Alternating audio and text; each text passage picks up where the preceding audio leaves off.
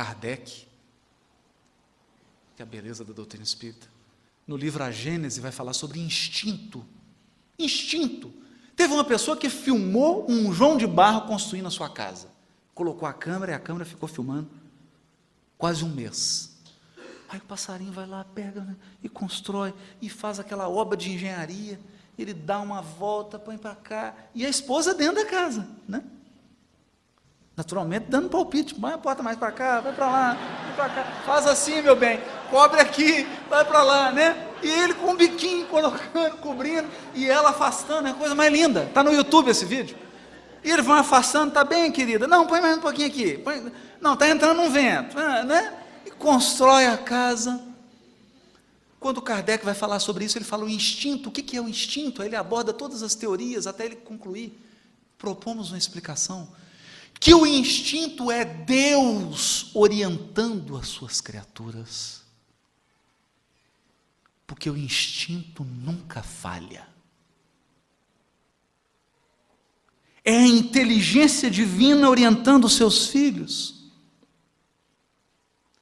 E à medida que eles vão desenvolvendo a sua própria inteligência, Deus, como um pai, uma mãe amorosa, vão se afastando e deixando o filho caminhar com os próprios pés. É aí que a gente começa a cair, a tropeçar, para aprender. Aí ele diz assim: essa é apenas uma proposta para explicar o instinto, mas isso eleva o instinto materno ao seu devido lugar, porque é através do instinto materno que Deus cuida das suas criaturas que nascem através das mães. Imagina isso. A mãe recebe o bebê no colo, ela é tomada de um amor divino por aquela criatura. Por isso, o Chico uma vez disse: a maternidade é um segredo entre Deus e a mulher. É uma conversinha privada que eles têm, um segredinho que eles trocam. Porque naquele momento o amor divino toma conta da mãe e a mãe começa a cuidar daquele filho de Deus, que daquele momento em diante passa a ser seu filho. É isso. Isso é que é o texto bíblico. Entenderam agora? Isso foi alvo de uma confusão quando chegam para Jesus, né, um dos apóstolos, agora esqueci qual deles, acho que é Tomé. Fala: Senhor, mostra-nos Deus. Ele fala: meu filho, você está comigo há tanto tempo e não está vendo Deus? Aí todo mundo interpreta, acha que Jesus está dizendo que Ele é Deus. Não, né? Ele está dizendo o seguinte: eu estou aqui com você sendo movido pelo sentimento de Deus. Eu estou aqui como porta-voz do Criador, como enviado de Deus, estou derramando o amor divino, Deus está agindo por meu intermédio, e você está querendo ver Deus, meu filho? Será que você não está sentindo o amor divino se espraiando através de mim? E quando você visita um doente, quando você trabalha numa obra assistencial, não é Deus agindo por você? Quando uma criança lá em Curitiba entra naquela instituição da Federação Espírita do Paraná, e lá ela recebe alimento, lá ela recebe educação, lá ela recebe carinho, lá ela recebe princípios morais, não é Deus agindo através da Federação Espírita Brasileira? Federação Espírita do Paraná? Não é Deus agindo através daquelas criaturas que estão lá trabalhando, exercendo o amor ao semelhante? É. Aí a gente entende Jesus dizendo: a minha comida é fazer a vontade do Pai que me enviou. Tornar-se instrumento de Deus. E a prece maravilhosa de Francisco de Assis: fazei-me instrumento da tua paz, onde houver ódio, que eu leve o amor, fazei-me instrumento. Mas como é que você vai ser um instrumento se você não tiver sintonizado, afinado? Então é isso que ele está dizendo. É isso que ele está dizendo. É como a parábola do bom samaritano, mas aí já vai entrar no livro. Vou dar só uma pitadinha para todo mundo ficar com vontade de comprar o livro. Quando o samaritano vê o homem caído, o texto fala assim: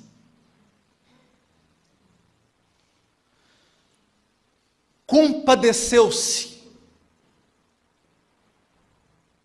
foi tomado pela compaixão, tá? A voz do verbo é passiva.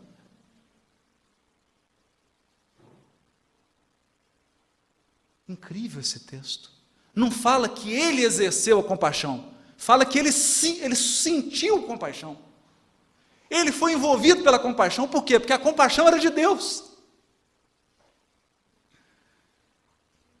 O próprio Deus olhou seu filho caído, virou para ele e falou: meu filho, ampara o teu irmão, seja um instrumento do meu amor, para que a gente possa auxiliar teu irmão caído.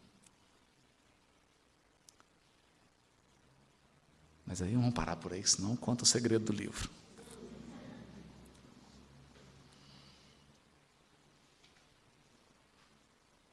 Como Paulo viveu em 3 mundos, sua alma viveu 3 momentos. 3 momentos também. No primeiro, o doutor da lei. O homem que aprendeu tudo sobre o Velho Testamento. Estudou com o maior mestre judeu do seu tempo, Gamaliel. O grande, o Gamal, né? O camelo de Deus, Gamaliel. Neto de Hilel. Possivelmente o Hilel, lá do Brasil, coração do mundo, pátria do Evangelho, que coordena todas as questões sociológicas do planeta. O Hilel, que certo dia foi procurado por um gentio que queria estudar o Velho Testamento. O gentio procurou o Shammai. O Shammai era durão, bravo. Procurou o Shammai, o negócio é o seguinte: eu vou ficar num pé. Quando eu trocar de pé, eu quero que você resuma todo o Velho Testamento para mim. Nossa, o Shammai faltou bater nele. Você está achando que isso aqui é uma brincadeira? Isso aqui é uma escola séria? Escorraçou ele. Aí ele foi na escola do Hilel. E o Hilel era conhecido pela sua compaixão, pela sua compreensão. Ele falou: eu fiz um pedido simples. Ele ia ficar num pé, na hora que eu mudasse de pé, resumisse o Velho Testamento. Ele falou: pois não, meu filho, fica na posição. Aí ele assustou, né? Ficou na posição. Quando ele trocou de pé, Hilel, amor. Mas só isso, Hilel? Só isso, meu filho. O resto é comentário, vai e estude. Qual a mensagem central da Bíblia? Amor. É isso que nós estamos falando, de patos divino, de sentimento, de você sentir. Ouve o teu coração. Deus responde em ti mesmo. Ser simpático ao sentimento de Deus, porque, já imaginaram, não há ninguém que ame mais do que Deus. Deus é o que mais ama. E com um detalhe: ele nunca será correspondido à altura. Porque qual de nós será capaz de retribuir o amor de Deus? Como que um copo d'água pode retribuir o mar que o encheu? O amor de Deus é incondicional, ele nunca será retribuído. Porque ele ama infinitamente, nós amamos finitamente. Ele é o grande coração, como diria João Evangelista, Francisco de Assis: Deus é amor. Está resumido. Mas esse é o Paulo. Só que o Paulo, doutor da lei, foi o Paulo do doutor. Ele não soube aproveitar essas lições. Ficou preso na técnica, na hermenêutica, no raciocínio. Mas aprendeu. Depois nós temos o Paulo, o profeta apóstolo. Quando Jesus procura Paulo, fala: Saulo, Saulo, por que me persegues? E esse homem desmorona: Senhor, o que queres que eu faça?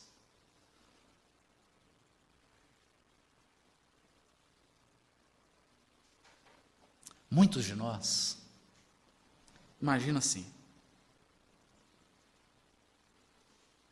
se Joana de Ângeles ou Emmanuel materializasse aqui agora, e você fosse fazer uma consulta: Joana, faz uma orientação para mim, dá uma orientação. Aí você espera o quê? Que ela vai escrever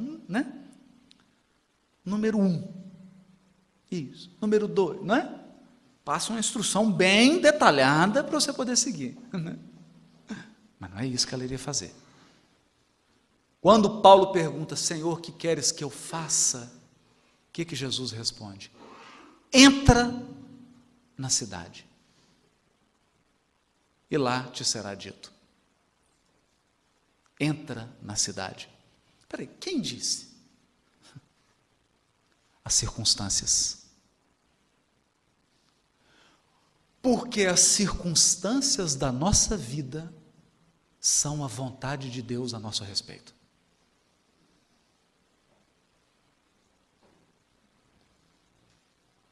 Por exemplo, nós poderíamos ter tido um grande jogador de futebol aqui em Maringá, mas não tivemos. As circunstâncias quiseram que ele fosse o presidente da Federação Espírita do Paraná.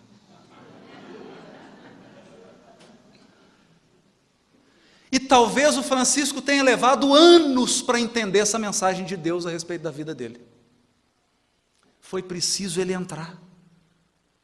Foi preciso aguardar as circunstâncias, as pessoas, o caminhar da vida. Porque Deus vai se manifestando a nosso respeito aos poucos. Aos poucos. As coisas vão acontecendo, e se você está em sintonia, se você se mantém dócil, ele fala. Aqui nós temos o Paulo profeta. Chegou em Damasco, já queria sair pregando, ir na sinagoga. Ananias falou: calma, meu filho, vai para o deserto, vai meditar. 3 anos meditando. Foi para Jerusalém: Simão, eu quero falar agora. Ele falou: calma, meu filho, você meditou pouco. Vai lá para Damasco, trabalha, em Tarso, para sua terra natal. Foi para Tarso, 3 anos como tecelão. Gente, são 6 anos. 6 anos preparando. Até que um dia, diz Emmanuel, já dócil, não mais aquele jovem apaixonado, indomável, não. Agora, um Paulo que sabe esperar. Primeiro, um Paulo que sabe amar. Um Paulo que sabe trabalhar, que sabe esperar e que sabe perdoar. Segundo a orientação de Abigail: ama, trabalha, espera e perdoa. Está lá tecelão, chega Barnabé e fala: Paulo, vamos trabalhar na igreja de Antioquia. Aí que ele começa o seu trabalho. Paulo profeta. Agora sim. Agora Jesus já tinha feito o trabalho dentro do coração dele. Agora ele poderia falar. Tem mais. Paris, século XIX, codificação. Paulo, membro da Pleiade do Espírito Verdade, vai deixar, confesso, traduzindo as cartas de Paulo, a gente vai ficando sensível, você começa a entrar nesse espírito, a entrar em sintonia, né? A pedir. E aí lê uma mensagem dessa que está na codificação, que Paulo resume todas as cartas dele, resume o pensamento dele. É assim, meu filho. Isso que você tem que entender para interpretar minhas cartas, nós vamos ver um pouco disso.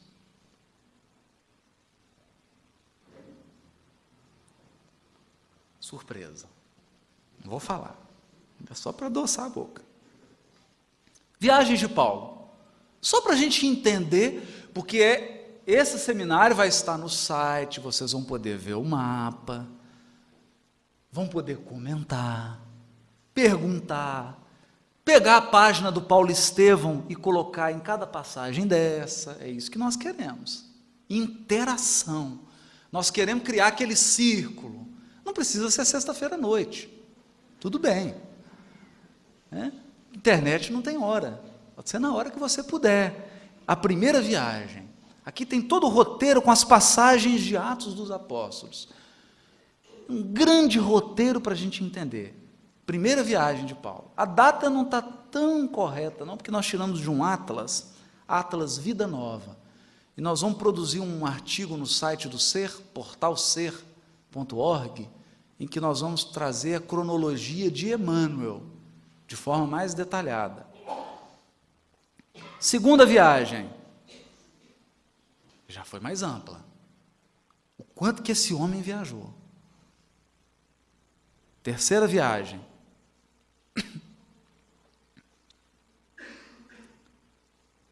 Quarta viagem. Foi a viagem preso para Roma. Preso. Mesmo preso, ele continuava fazendo o trabalho. Mas aqui tem um segredo que só está no livro Paulo Estevão. A quinta viagem. Só quem teve a felicidade de ler o livro Paulo Estevão sabe dessa quinta viagem. Durante um mês, no princípio do ano 63 depois de Cristo, Paulo, naturalmente, visitou as comunidades cristãs de todos os bairros da capital do império. Olha, visitou todas as igrejas domésticas em Roma. O incansável trabalhador resolveu partir para a Espanha. Desejaria morrer convicto de haver levado o evangelho aos confins do mundo. Porque naquela época a Europa era os confins do mundo. Foi para a Espanha. Teve um incidente aqui. Quando ele estava partindo, Simão Pedro estava chegando. Foi o ano em que Simão Pedro chegou em Roma. E lá Simão Pedro iria desencarnar. Chegou no ano 63. Por quê? No ano 70 Jerusalém seria destruída. A espiritualidade resolveu tirar Israel e Jerusalém do cenário mundial, como faria com Roma e como faria com a Grécia. Porque os três não conseguiram cumprir aquela missão que estava destinada.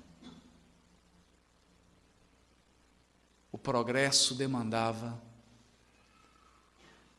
outros horizontes. Ele foi para a Espanha, recebeu Simão Pedro, depois foi. Aí João Evangelista foi preso, ele teve que voltar para libertar João Evangelista. E João Evangelista voltou para Éfeso. A quinta viagem.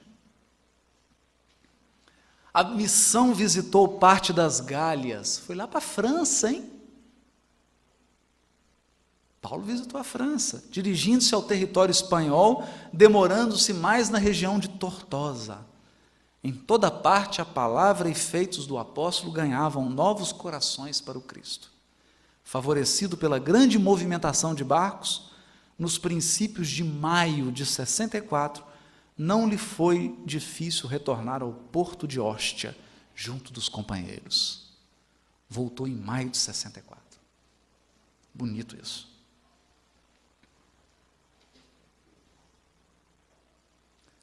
Aqui nós vamos falar como que era a expansão.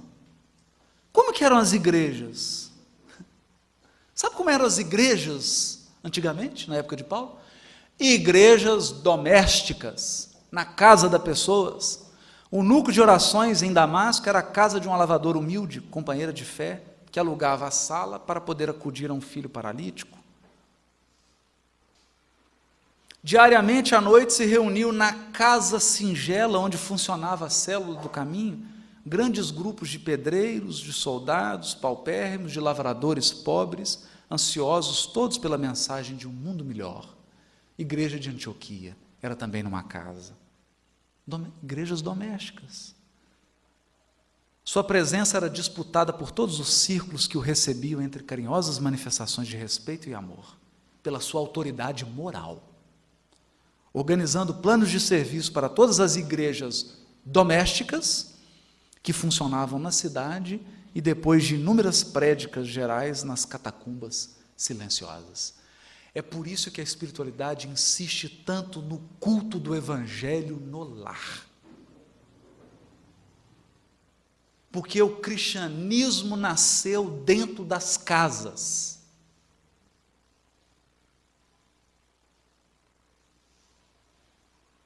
E dá para perceber quando que ele se deturpou. Não precisa dizer. Vou deixar subentendido. Quando ele saiu das casas e passou para outros lugares. O lar é templo.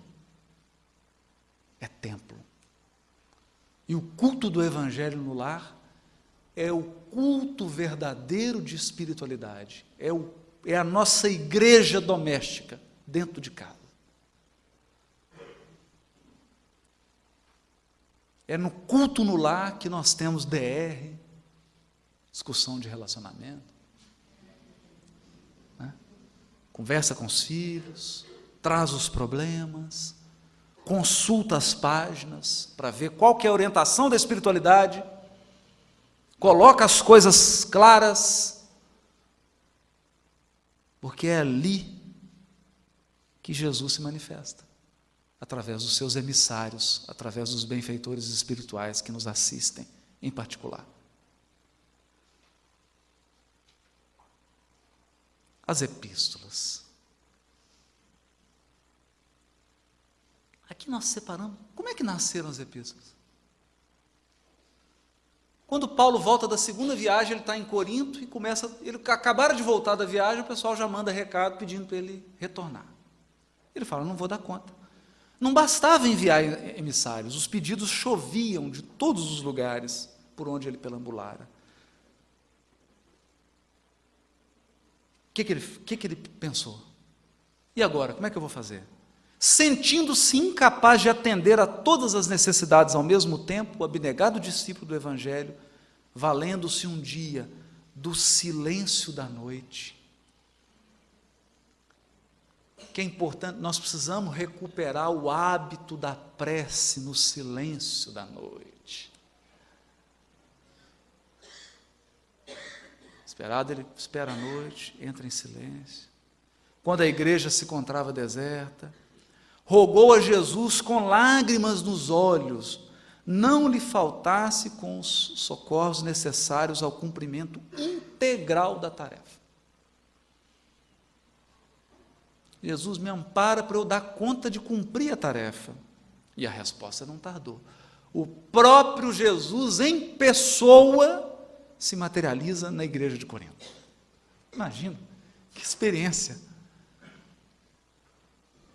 E Jesus falava para ele: usa os poderes do Espírito. É possível a todos satisfazer simultaneamente pelos poderes do Espírito. Poderás resolver o problema escrevendo a todos os irmãos em meu nome. Imagine, doravante Estevão permanecerá mais aconchegado a ti, transmitindo-te meus pensamentos. Então, nas cartas de Paulo, quem ditou foi Jesus. O médium no plano espiritual foi Estevão. E o médium no plano físico da psicofonia foi Paulo, que ele também não escreveu. Jesus transmitiu o pensamento, Estevão adaptava. Vocês imaginam a amplitude do pensamento de Jesus? Será que Paulo seria capaz de captar? Jesus em espírito? Não tem jeito. Não entender nada. Só dessa frase de Jesus dele aqui, ó. É possível a todos satisfazeres simultaneamente pelos poderes do Espírito. Paulo não entendeu? Então Estevão era um decodificador. Emmanuel vai frisar. Assim começou o movimento dessas cartas imortais, cuja essência espiritual provinha da esfera do Cristo, através da contribuição amorosa de Estevão. Qual que é a dica aqui? A essência espiritual das cartas de Paulo vem da esfera de Jesus.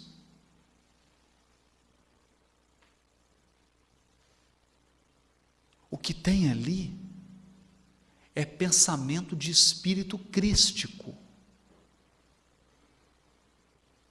Não é pensamento de seres humanos. É uma esfera altamente elevada. A essência espiritual. Por que essência? Porque essa essência foi embalada numa linguagem da época, numa cultura da época. Porque o que nós temos que fazer? Quando você pega a banana, você descasca ela, come o fruto. O problema é que sabe o que acontece com a leitura da Bíblia? As pessoas pegam a banana, descascam, comem a casca e jogam a fruta fora.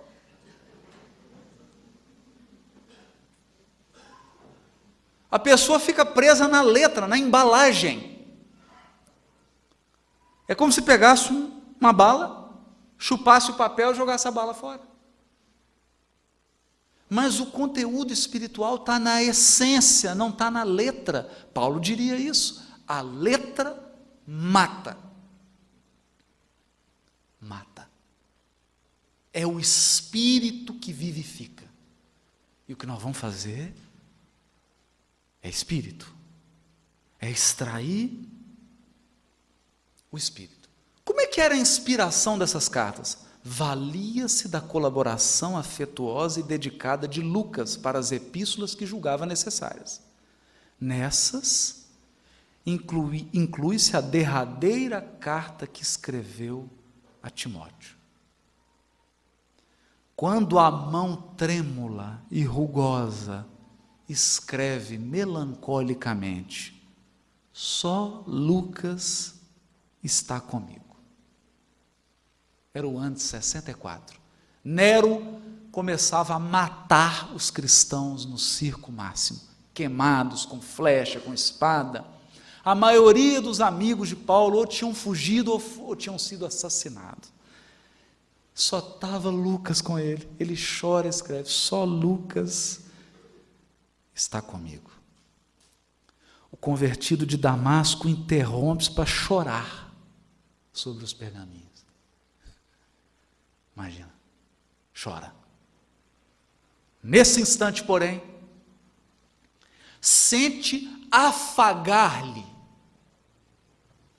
afago, carinho, à fronte, um como flabelo, conjunto de asas que adejassem de leve.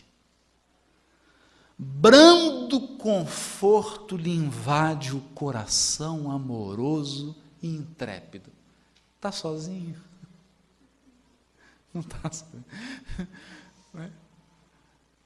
Quando ele fala assim, estou sozinho, só Lucas está comigo, um anjo o envolve e fala, que isso, meu filho, sozinho? Sozinho o quê? Afaga. E ele sente, nessa hora, o que diz Emmanuel?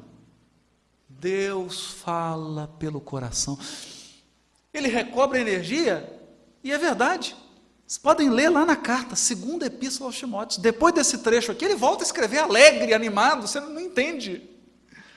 Alguns dizem assim, como Paulo oscila, né? Que oscila. Deus responde em ti mesmo e te esclarece com a força eterna da consolação.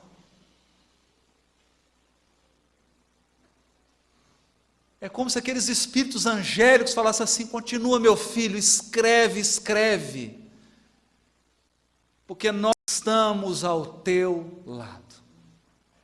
Nunca saímos. Nunca.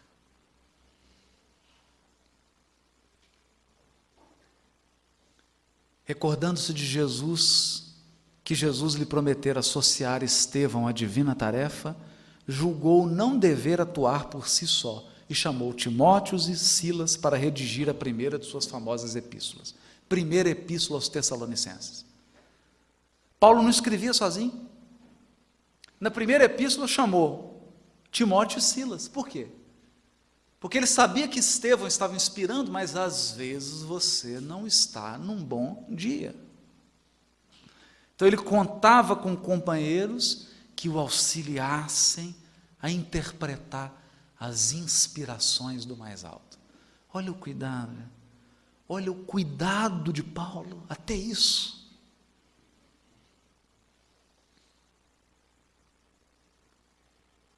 Agora aqui tem uma coisa, tem um segredo. Segredo que só está no Paulo Estevão. Só tem uma epístola que ele escreveu sozinho, fisicamente falando. Porque nós já vimos que sozinho espiritualmente ele nunca ficou. Daí por diante, aproveitando as últimas horas de cada dia, os companheiros de Paulo viram que ele escrevia um documento a que dedicava profunda atenção. Às vezes, era visto a escrever com lágrimas. Olha que espírito sensível, como se desejasse fazer da mensagem um depósito de santas inspirações. Essa carta era um depósito de santas inspirações. Em 2 meses escrevendo, entregava o trabalho a Aristarco para copiá-lo, dizendo: esta é a epístola aos Hebreus. Fiz questão de grafá-la, valendo-me dos próprios recursos, pois que a dedico aos meus irmãos de raça, e procurei escrevê-la com o coração. Com o coração. O amigo compreendeu o seu intuito e, antes de começar as cópias, destacou o estilo singular e as ideias grandiosas e incomuns.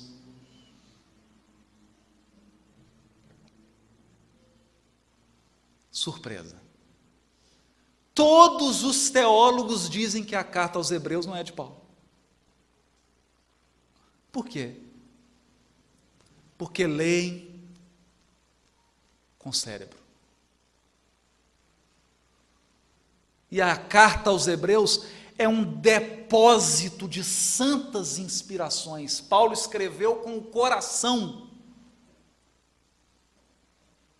Quando ele escreveu essa carta, ele quer que você tenha uma comoção positiva. Ele quer sacudir a sua alma de santas emoções.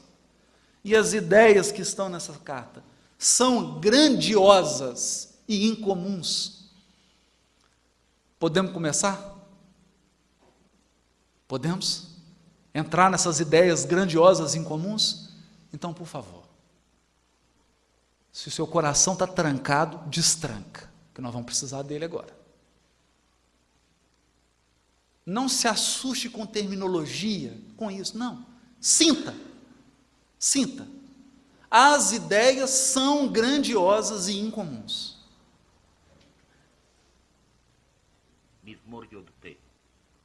Criação e aliança.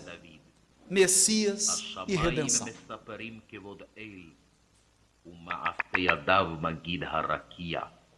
יום ליום יביע עומר, ולילה ללילה יחווה דעת. אין עומר ואין דברים, בלי נשמע קולם. בכל הארץ יצא קוום, ובקצה תבל מיליהם.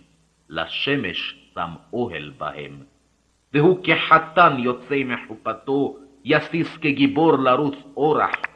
מקצה השמיים מוצאו, ותקופתו על Só para abrir o apetite. ואין נסתר מחמתו. Esse é o Salmo 19. תורת אדוני תמימה, É um salmo curioso, עדות אדוני נאמנה. porque ele começa a falar do Deus Criador.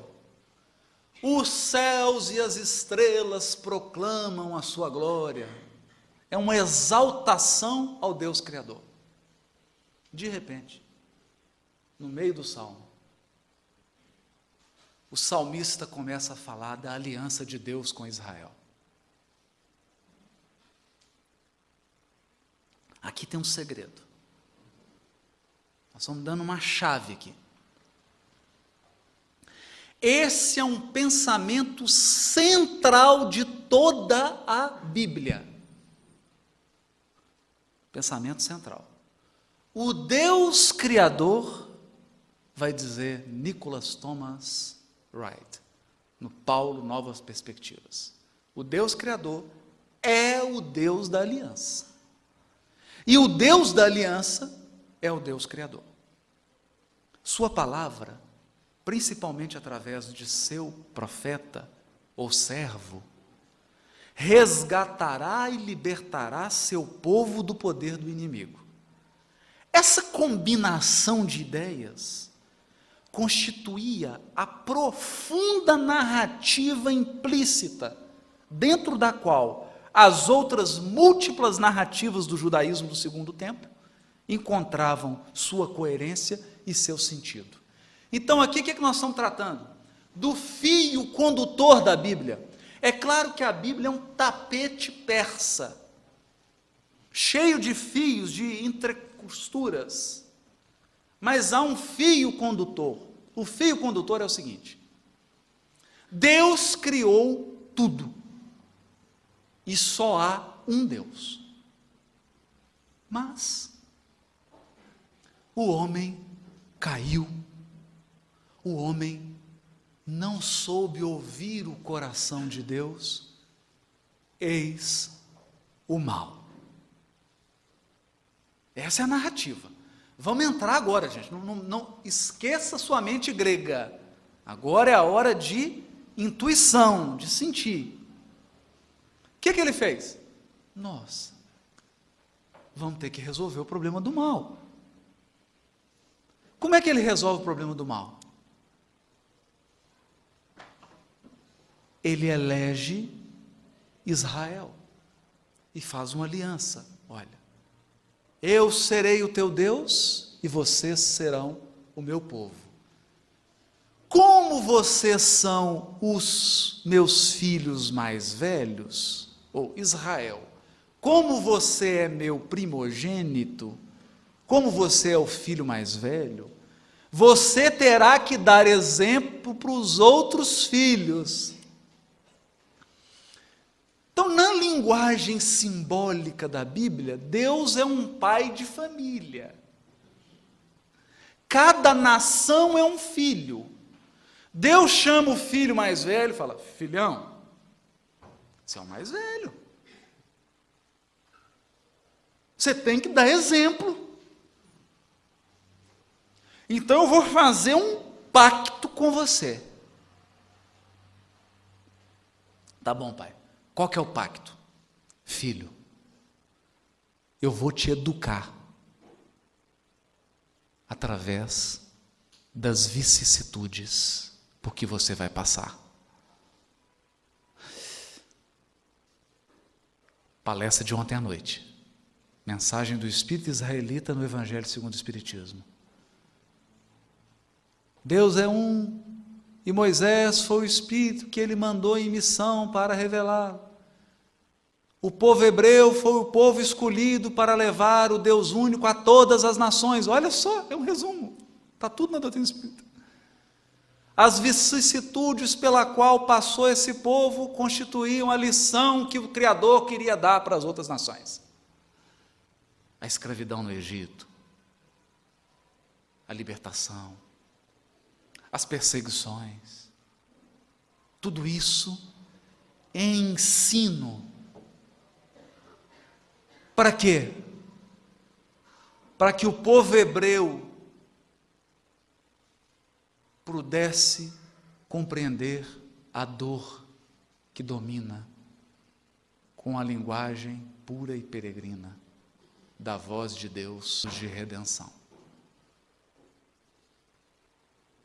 Quis a espiritualidade superior que aquele povo resgatasse todos os seus débitos adquiridos em capela, e que ao resgatar esses débitos, ensinasse pela fé, pela resignação, pela paciência, grandes lições de amor aos outros povos. Esse é o tema central da Bíblia. Daí a ideia de povo escolhido. Mas escolhido para quê? Puxa, você queria ser esse escolhido?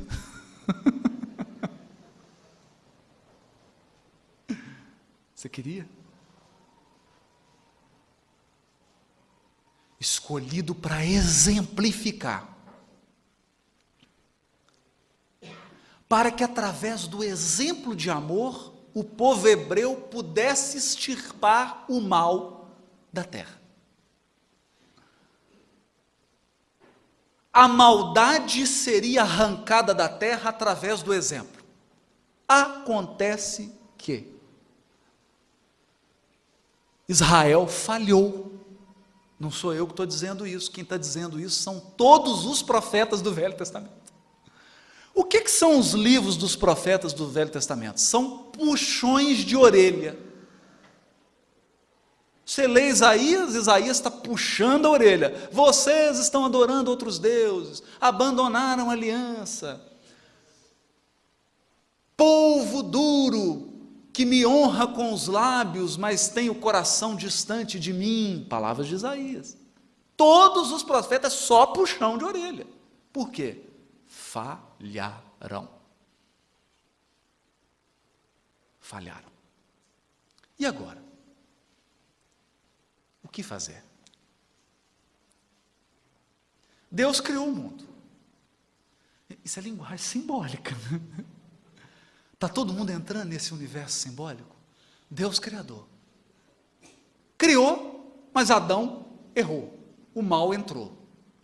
Como é que tira o mal? Pega o filho mais velho e fala, a sua missão é ensinar os outros. E o Deus hebreu não é um Deus grego. Ele é um Deus que ama, que interage, que corrige, que dá umas palmadas. Como diria Paulo, meu Deus é um fogo consumidor. Ou como diria Provérbios, filho meu, não afastes a repreensão de teu pai. Deus como aquele pai que de vez em quando dá uma chinelada. Corrige. Não é um Deus distante, que não se envolve, que não tem sentimento, que não se importa. Não. Deus é amor.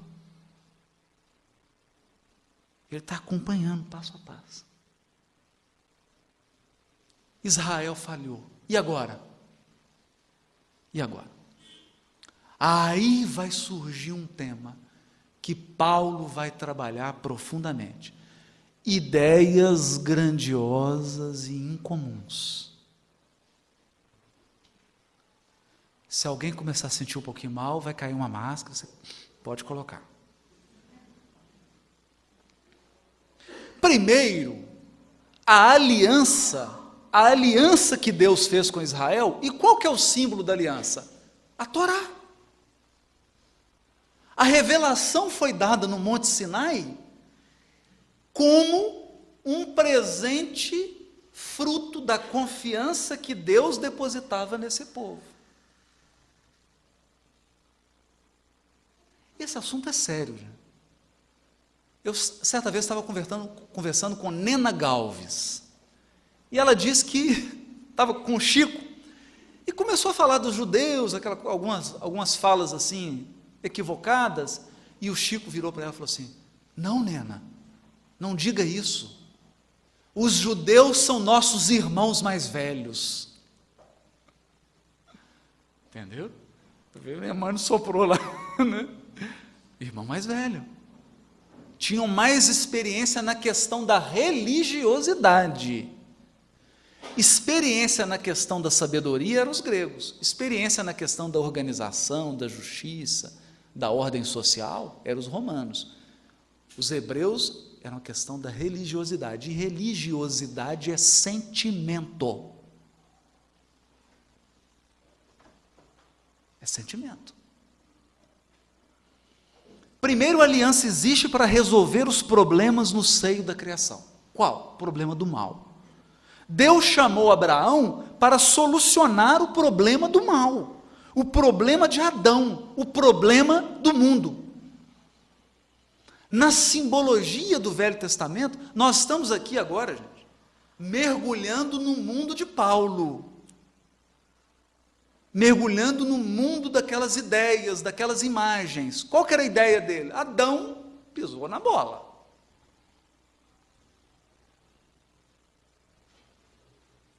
Como que resolve isso? Deus chama Abraão e fala: a tua descendência será numerosa. Através de ti, toda a terra será iluminada. Que plano era esse? O plano da redenção da humanidade. Libertar os homens do egoísmo, do orgulho e da maldade. Por quê? O que é o egoísmo? O egoísmo é quando você tira Deus do centro e coloca você mesmo no centro. Imagina um sistema solar. O Sol deixa de ser Deus e passa a ser você.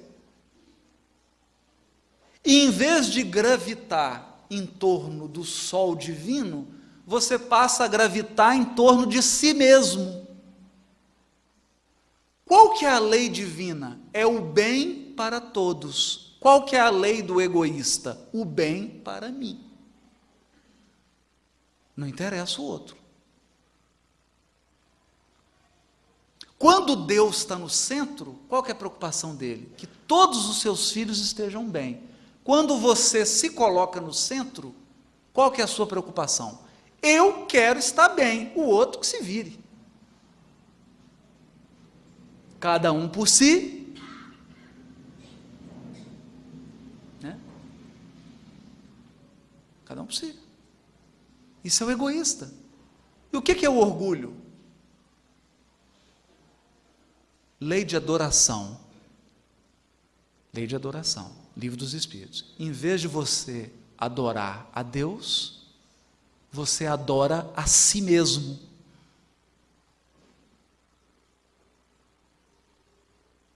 Você é o melhor, você é o maior, você é o único que tem razão, você é tudo de bom, como diz lá em Minas.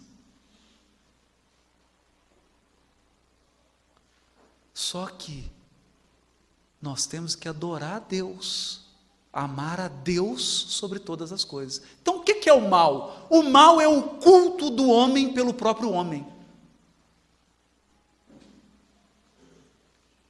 Quando Deus chama Abraão, ele fala: Abraão, meu filho, você tem que ensinar, vamos ensinar, vamos formar aqui uma nação. É bonito, né? Porque o texto diz assim: faremos uma nação de sacerdotes. Olha,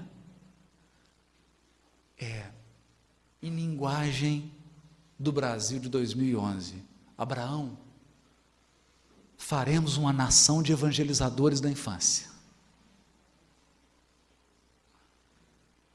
A missão será, através do exemplo, vocês educarem os homens. Não deu certo.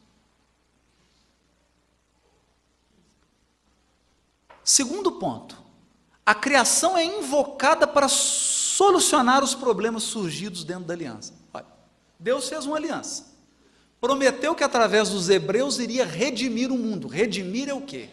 Redenção, redimir, é extirpar o mal. Isso é que é redenção. Extirpar o mal.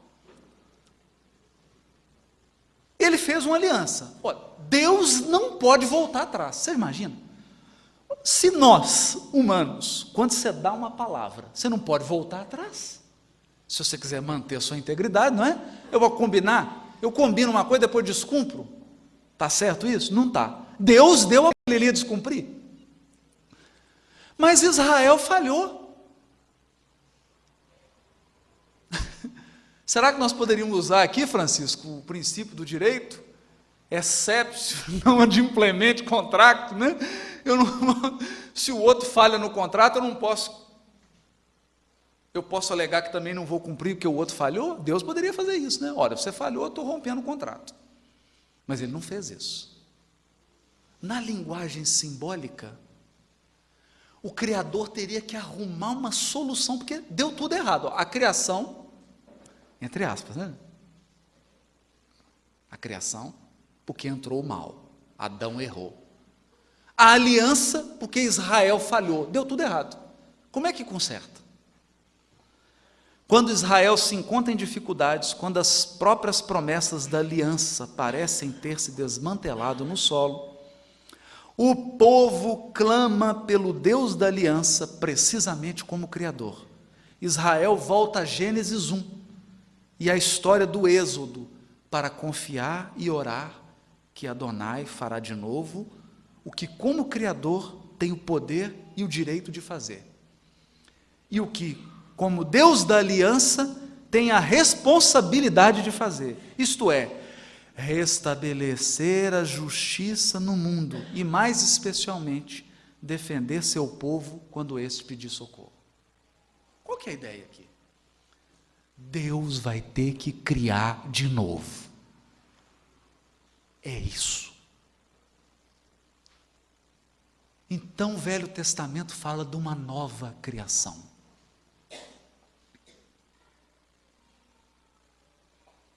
Porque a primeira deu errado.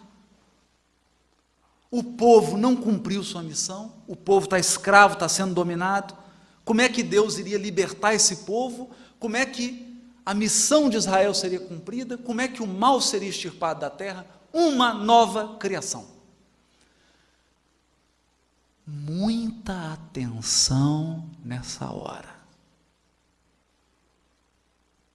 Qual que é o texto do Velho Testamento que fala sobre criação? Gênesis capítulo 1, capítulo 2. Qual que é o texto que fala da queda humana? Gênesis capítulo 3.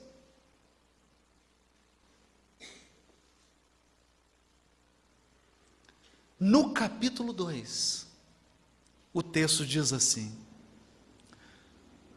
quando Deus, na linguagem simbólica do Velho Testamento, está criando o homem, ele diz assim: façamos, no plural, façamos o homem a nossa imagem e semelhança.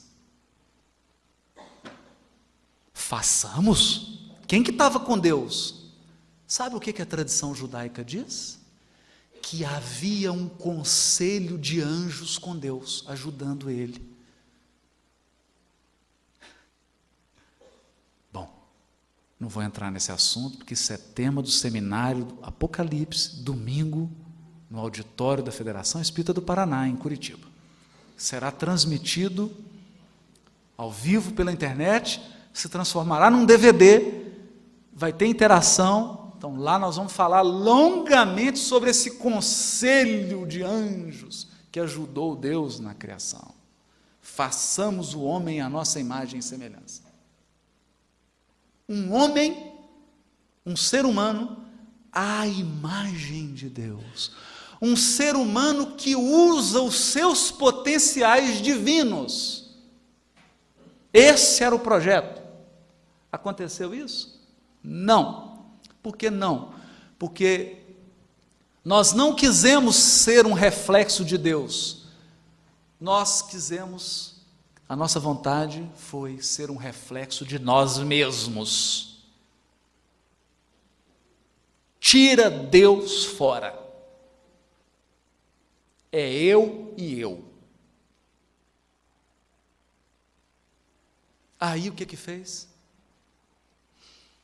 Aí bagunçou. Quando os profetas percebiam isso, o que eles falavam? O que tem nas profecias? O que tem nas profecias? Oh, Deus Criador, cria de novo. Cria um mundo novo. Cria um mundo em que só haja paz. Cria um novo mundo em que o leão durma ao lado da ovelha, sem querer comê-la, né? Cria um mundo em que a foice, em que as espadas se transformem em enxada, em que nós não entremos mais em guerra. Eles não tinham codificação ainda, gente, né? Se fosse hoje, o que eles diriam? Eu quero um mundo de regeneração. Nós queremos a transição planetária. Estão entendendo agora? Então nós agora estamos presenciando esse mundo que está chegando. Esse mundo com o qual os profetas sempre sonharam. A nova criação. A nova criação. Esse é o tema.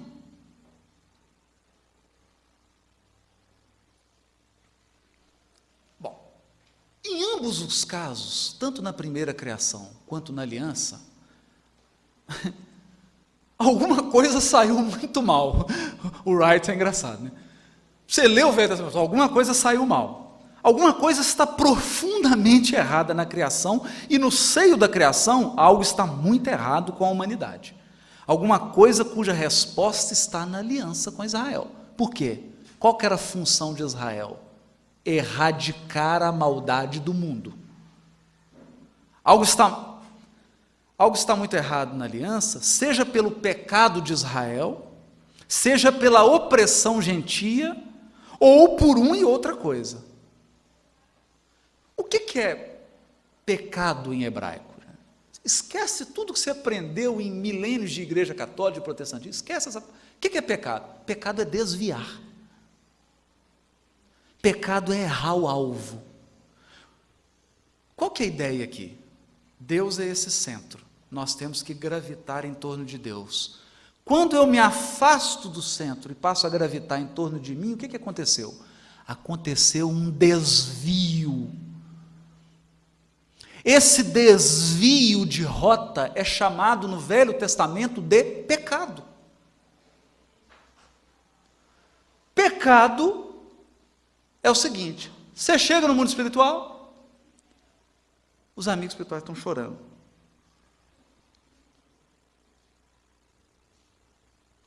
Você fala: o que foi, gente? O que eu fiz? Não, meu filho, é o que você não fez.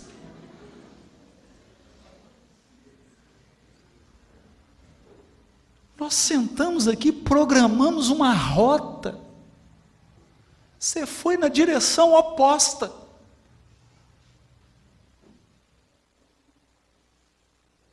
E a coisa mais fácil do mundo é desviar-se. Tem uma proposta e você distrai, como uma borboleta que sai voando. Desvio. Então eles sentiam isso. Por que está errado? Porque Israel desviou. Eles tinham que levar a luz para as nações. O que eles fizeram? Se fecharam em si mesmos, achando que eles eram o povo escolhido melhor do que todo mundo. Bom, se quem está com a vela não leva a luz vai ser levada por quem?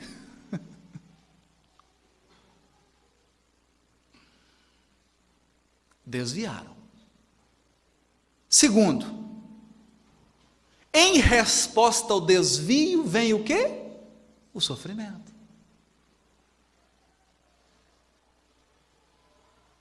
Quando os apelos do amor não são escutados, qual o profeta que vem? A dor. Esse aqui é o quadro.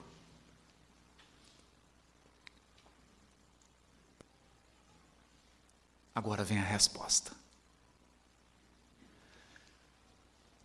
Qual que é a genialidade de Paulo?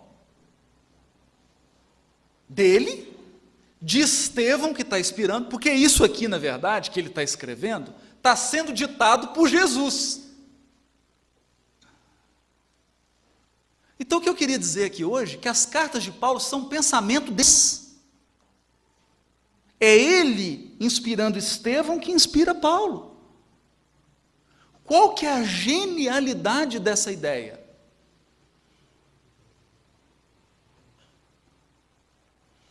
Jesus, que é o Cristo, que é o Messias, que é o enviado de Deus, que é filho de Davi, que representa todo Israel, vem à terra para quê? Para fazer o que Israel não fez. Entender a lógica? Porque se ele fizesse o que Israel não fez, o problema do descumprimento do contrato está resolvido. Entrou um terceiro para cumprir o contrato. Então Deus fez um contrato, você não cumpriu. Vem Jesus e fala, opa, eu sou israelita, eu vou cumprir para a nação o que ela não fez. Por isso Jesus é chamado no Evangelho de filho de Davi. O Messias, aquele que vai resolver o problema do mal. Está difícil? Pode pôr a máscara, não tem problema, não fica constrangido não. Que é difícil mesmo, porque aqui nós estamos lidando com imagens, imagens do mundo hebreu. Isso aqui não é pensamento grego, são imagens do mundo hebreu, são as chaves para interpretar o Velho Testamento e as cartas de Paulo. Quando Jesus vem e cumpre o que Israel não cumpriu, resolveu o problema da aliança e o problema do mal. O problema do mal será necessária uma nova criação. De quem? Um novo homem tinha que ser criado. Quem que é o novo homem? Quem? Não vai responder igual o outro lá. Querido mestre, né? Raimundo Nonato, é você? Não. Quem que é o novo homem? Jesus. Jesus é o ser humano que Deus idealizou quando criou Adão. É o homem à imagem e semelhança de Deus. É o ser humano que reflete Deus. Por quê? Porque é o ser humano sem egoísmo e sem orgulho. É o ser humano amor. O novo homem. Como é que Paulo vai dizer isso? Propositadamente eu estiquei um pouquinho, tá? Nós estamos terminando. Propositadamente. Colossenses capítulo 1, versículo 15 a 20. Paulo aqui está falando de Jesus. O que ele vai dizer? Ele é a imagem do Deus invisível. Imagem é reflexo, gente. Se você pegar um espelho aqui e colocar ele, e o sol refletir aqui, o espelho é o sol? Não. Mas ele está refletindo o sol? Tá. Então Jesus é o espelho que reflete o sol para os homens. O sol da divindade. Jesus é o porta-voz da presidência. Não da Dilma, mas do Criador. Ele reflete Deus para os espíritos que evoluem na terra. Ele é a imagem do Deus invisível. O primogênito de toda criatura. O que é primogênito? É o irmão mais velho. Israel deu conta de ser o primogênito? Israel não conseguiu. Então Jesus tinha que vir e cumprir a função de Israel. Ser o primogênito, ser aquele irmão mais velho que iria nos conduzir em direção ao amor, em direção a Deus. O irmão mais velho O irmão mais velho que está nos ensinando a ser menos egoístas e menos orgulhosos. Ele é o primogênito, para nós, na terra. Porque nele foram criadas todas as coisas nos céus e na terra, as visíveis e as invisíveis. Olha aí, como é que Paulo naquela época ia ter noção de que Jesus era o governador espiritual, co-criador do mundo? Está aqui, ó. Por que ele sabia isso? Porque Jesus estava dizendo para ele. Quem estava ensinando Paulo era o próprio Jesus. Olha, Paulo, eu sou uma comunidade de espíritos puros, eu sou um dos membros. É a cabeça da igreja, que é o seu corpo. Igreja aqui, esquece tudo que você sabe por igreja. Fala igreja, você pensa logo numa construção, num tempo de pé. Igreja, no Novo Testamento, é eclesia. Eclesia é comunidade. Igreja, no Novo Testamento, não é o templo de pedra, são as pessoas reunidas. Então, dizendo de forma simbólica, hoje aqui nós somos igreja, corpo de Jesus. Gente, pelo amor de Deus, isso é uma imagem. É igual a história da cabrita, da gazela. Você não pode levar o pé da letra. É imagem. Por que corpo? Como que Jesus vai agir no Paraná, na seara espírita? Através de você, de você, de você, de você, de você, de você, através de todos nós aqui.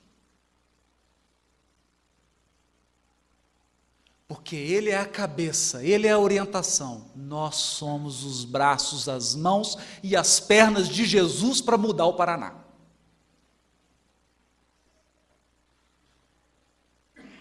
É forte. Eu avisei que era forte. A linguagem do Novo Testamento é forte. Não se esqueçam. É um espírito apaixonado que está escrevendo isso aqui. Jesus vai agir por você.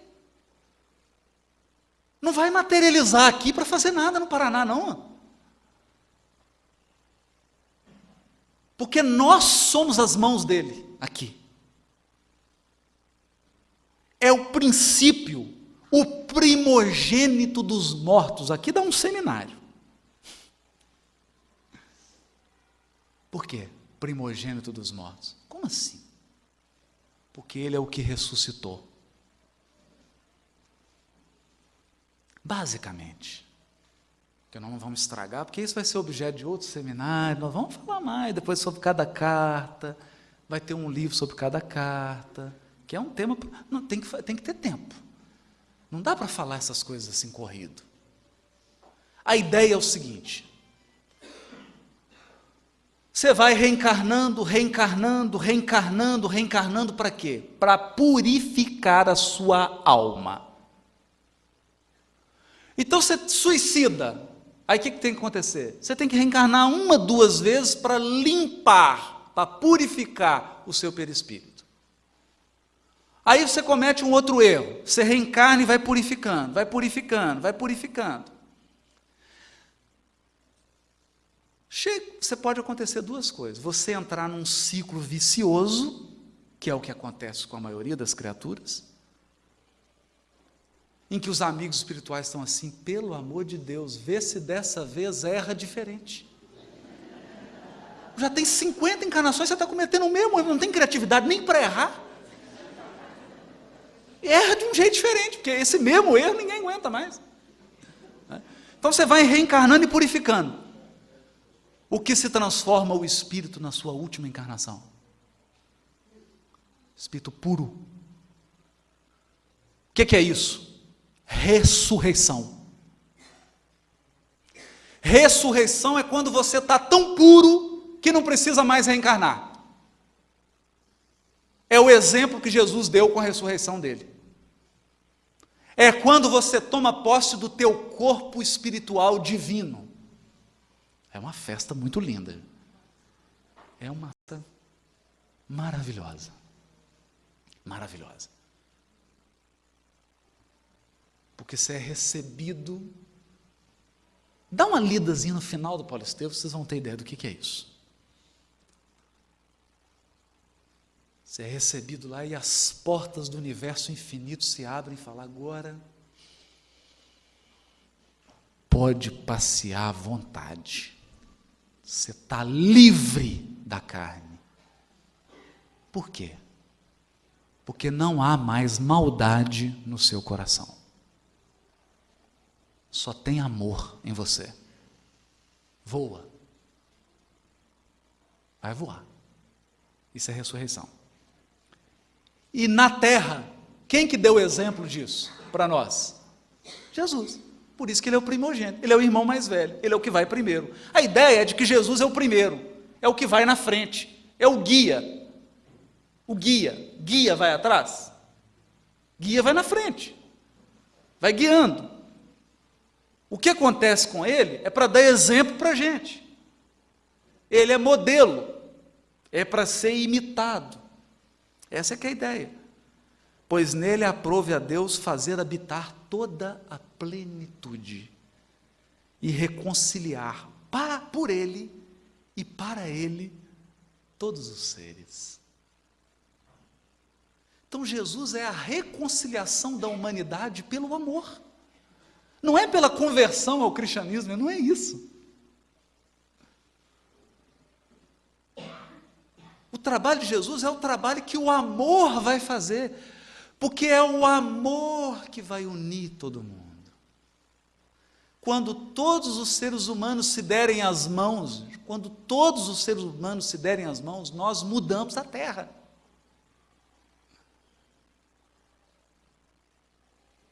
Nós mudamos o planeta. Mudamos. Essa que é a proposta. Os da terra e os dos céus, realizando a paz pelo sangue da cruz. Aqui é um simbolismo profundo, que está dizendo o seguinte: muitas vezes, na maioria das vezes, é preciso o nosso sacrifício pessoal para que o amor brilhe.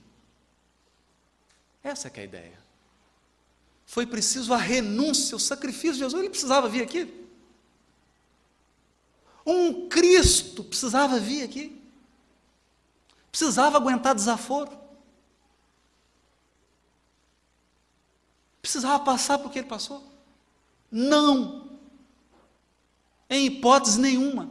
Veio por amor. E ai, se não tivesse vindo. Ai de nós. Colossenses. Jesus, o Messias, como aquele através do qual ocorreram a criação e a redenção.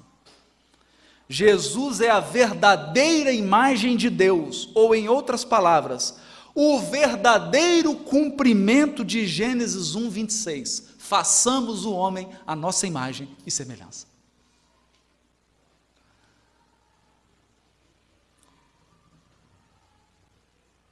Lá em Minas Gerais, a gente diz assim, o senhor fala, é longe? É logo ali. Quando fala isso, você pode desconfiar, é de 100 quilômetros para cima.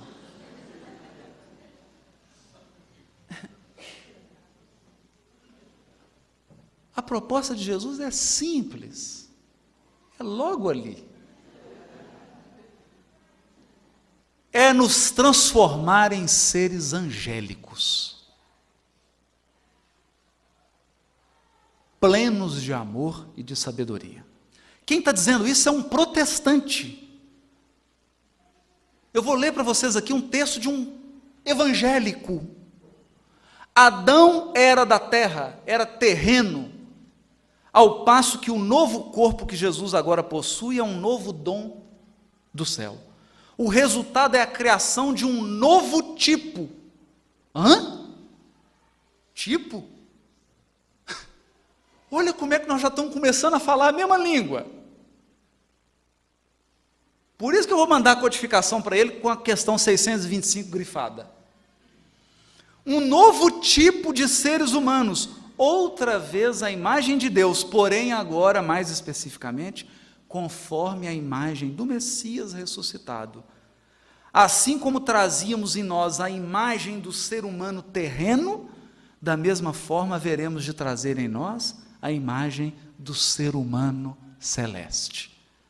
Foi assim que o problema existente na criação, isto é, o problema do pecado, do desvio e da morte, foi tratado através do Messias, mais especificamente, através do modo pelo qual o Messias se tornou o meio para o cumprimento das promessas de uma grandiosa vitória sobre o mal.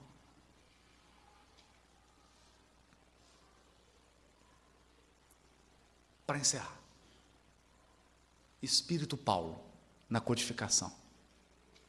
Será que tudo que nós falamos aqui está na direção certa?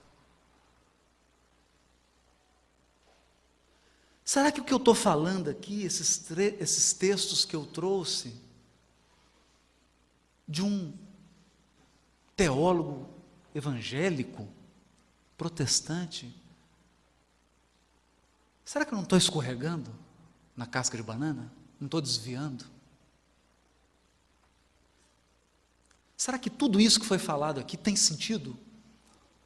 Vamos checar? Vamos checar? Livro dos Espíritos, dos gozos futuros, mensagem de Paulo o apóstolo. Para encerrar, são 3 parágrafos, eu vou ler bem devagar. Escuta com o coração.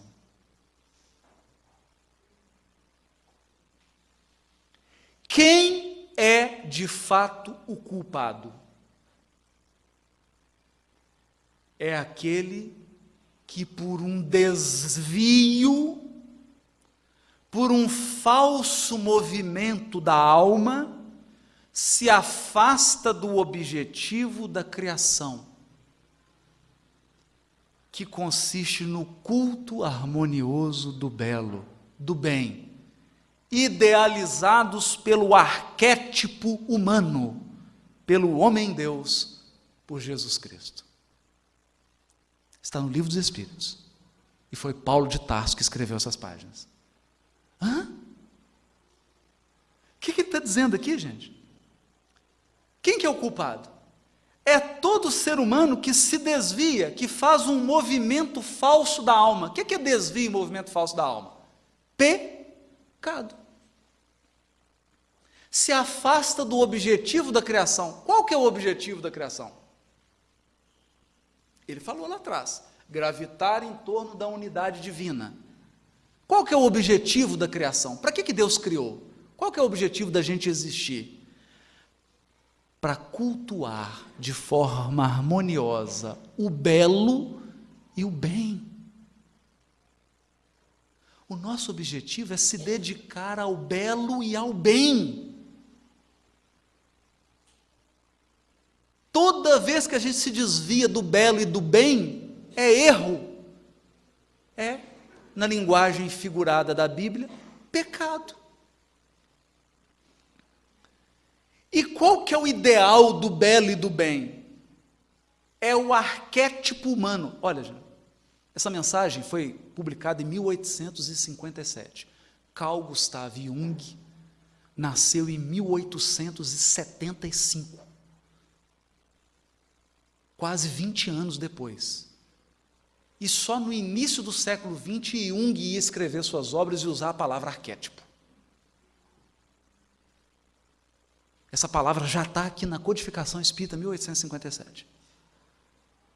Jesus é o arquétipo humano, é o modelo humano, é o homem-deus, ou seja, o homem à imagem de Deus, né? É o homem feito à imagem de Deus.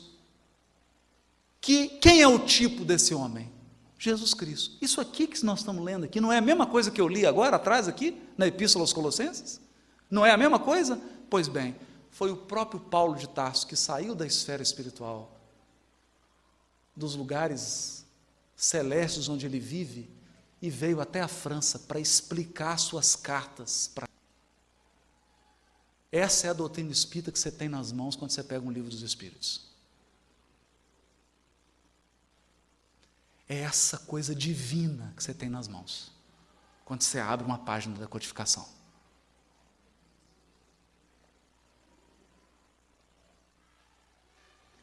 Qual é o castigo? Nós sabemos o que é o erro. O erro é quando você peca, quando você desvia do objetivo da criação. Qual que é o castigo? A consequência natural derivada desse falso movimento. Se você faz um falso movimento, isso tem uma consequência. O castigo é essa consequência. Uma soma de dores. Uma soma de dores necessária a desgostá-lo da sua deformidade, pela experimentação do sofrimento.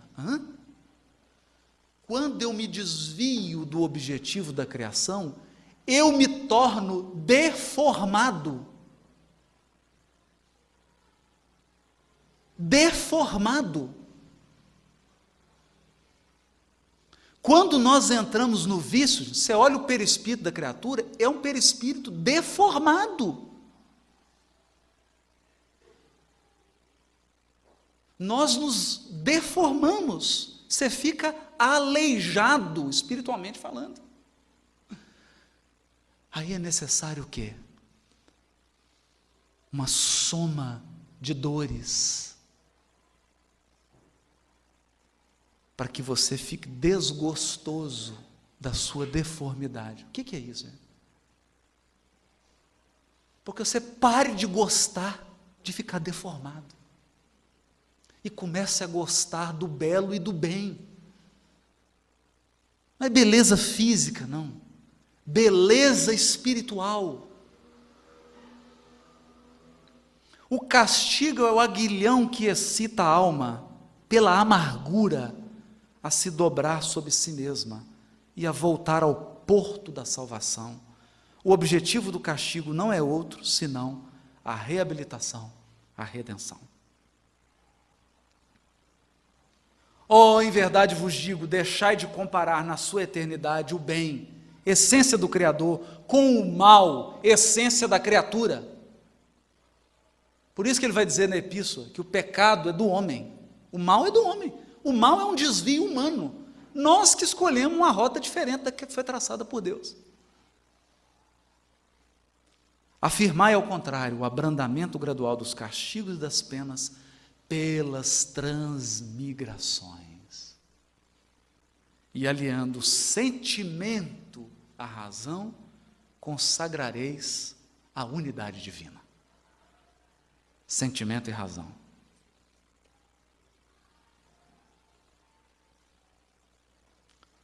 No livro Sementeira de Luz, Arthur Joviano. Isso foi uma mensagem psicografada num culto no lar, na casa de Rômulo Joviano. Na época, o diretor da Fazenda Modelo, local onde trabalhava Chico Xavier. Arthur Joviano diz assim: todos nós sentimos hoje enorme alegria com o término da recepção da biografia de Paulo de Tarso. Está se referindo à obra Paulo Estevão.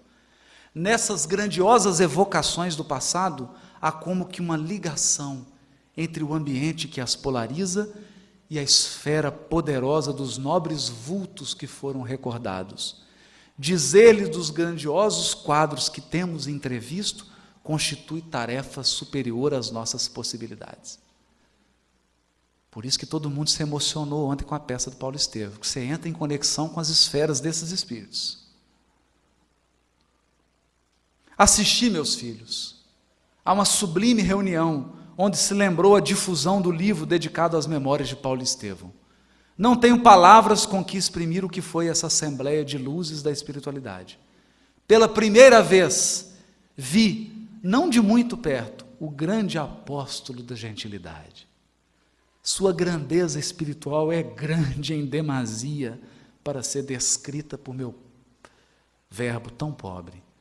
Estevão não veio à Assembleia Divina, mas hoje vou compreendendo que todos esses vultos, cheios de imortalidade e de glória, cheios de imortalidade e de glória, continuam no mesmo serviço da redenção humana, interessados pelo serviço de Jesus e consagrados a Ele, tão intensamente quanto se verificou nos primeiros dias de seu fervoroso labor sobre a terra. Que Paulo e que Estevão possam envolver a todos nós e que essas santas emoções possam nos inspirar hoje e sempre. Muito obrigado.